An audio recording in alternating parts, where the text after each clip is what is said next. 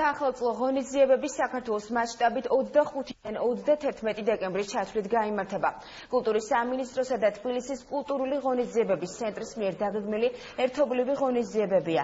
ნაძვის ხის სახელმწიფო შოუ პროგრამა, სანტა-კლაუსების გასვლა რეგიონებში, გრანდიოზული შოუ ყინულის დედოფალი, სახელმწიფო გალა კონცერტი თბილისის საკონცერტო დარბაზში და გალა კონცერტი ევროპის მოედანზე.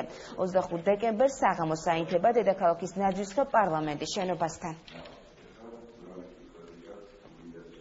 29-ში იქნება, ასე ვთქვათ, საანგარიშო კონცერტი ოპერისა და ბალეტის თეატრის, იმიტომ რომ გქონია რომ ახლა რემონტია, არ ფუნქციონირებს და არაფერი არ აკეთებს ოპერის თეატრი და თქვენ დარწმუნებით რომ ახლადე საქმეს აკეთებენ ისინი და 31-ში დასკვნის კონცერტი. არ ვიქნები გამონაკლისი და ისე როგორც ყველა ჩემი კოლეგა, რომელიც იდგება 31 დეკემბერს სცენაზე, ვარ ძალიან ბედნიერი რომ აქვს საშუალება, სწორედ ჩემი პროფესიით, ჩემი საქმით, სიმღერით მიულოცო ჩემს საყვარელ ადამიანებს, სრულიად საქართველოს ახალი წელი.